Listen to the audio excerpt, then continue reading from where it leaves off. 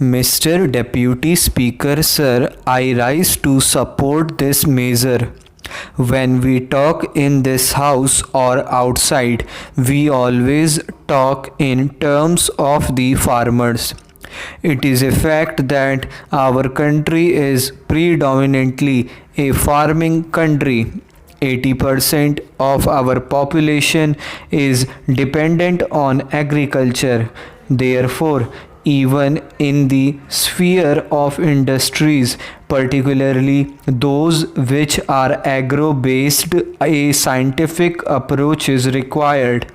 Up till now, it appears that the trend of thinking for industries is mostly in favor of those which are not agro based.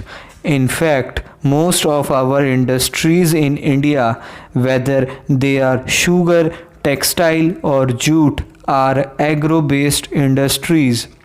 But particularly with regard to sugar industry, you would appreciate that majority of the farmers, whether they are in the north or in the east or the south, or in some parts of the west or even in central India, find that sugarcane growing is becoming more and more unprofitable.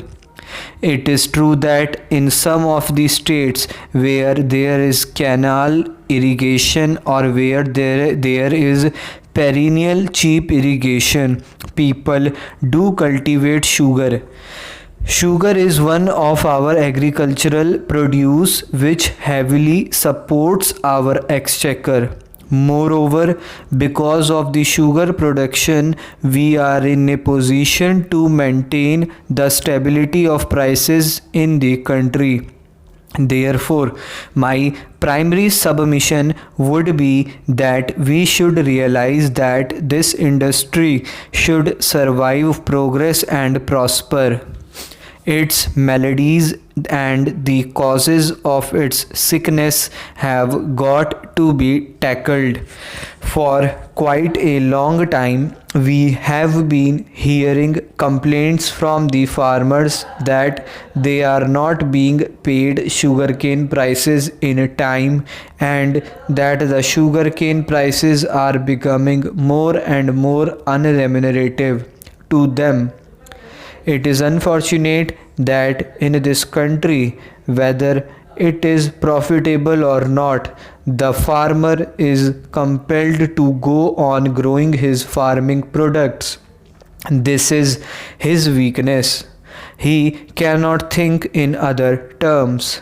If you apply cost benefit ratio principle here, you will find unlike other industries, the farmer has got no choice to divert to other fields. Therefore, this industry needs the utmost attention by the government. My friend from the opposition rightly said that it is well known how the profits and capital of these sick industries have been siphoned off.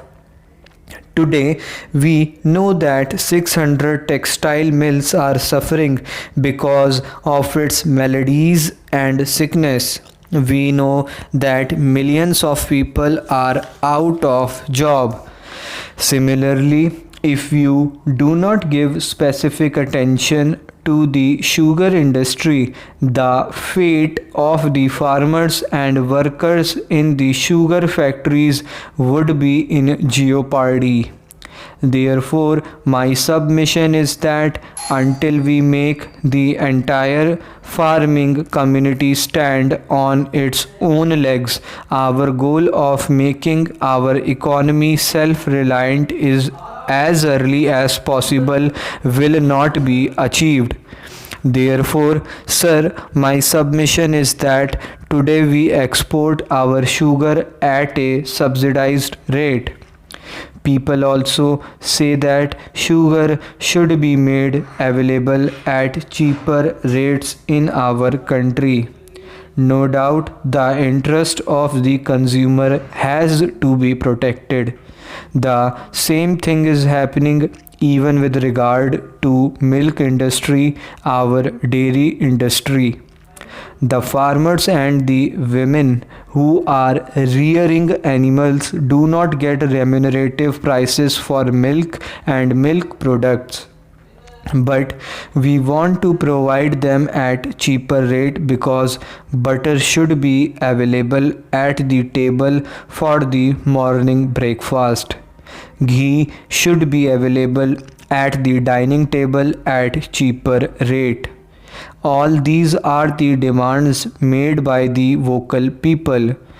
So far, we are going on yielding to the demand made by the vocal people and not by the people who are perspiring on the soil. So far, we have not paid any attention to the difficulties of the farmers. I come from a village and I know the difficulties of villagers. There is no 8-hour shift. There is no dearness allowance with the rise in the price index level. But does it mean that he should not get even the remunerative price for the products he provides? Maybe sugarcane, maybe milk, maybe food grains, maybe castor oil, maybe pulses or anything else. Now the time has come when we have to pay attention to their needs and aspirations and see that the farmers get the remunerative price.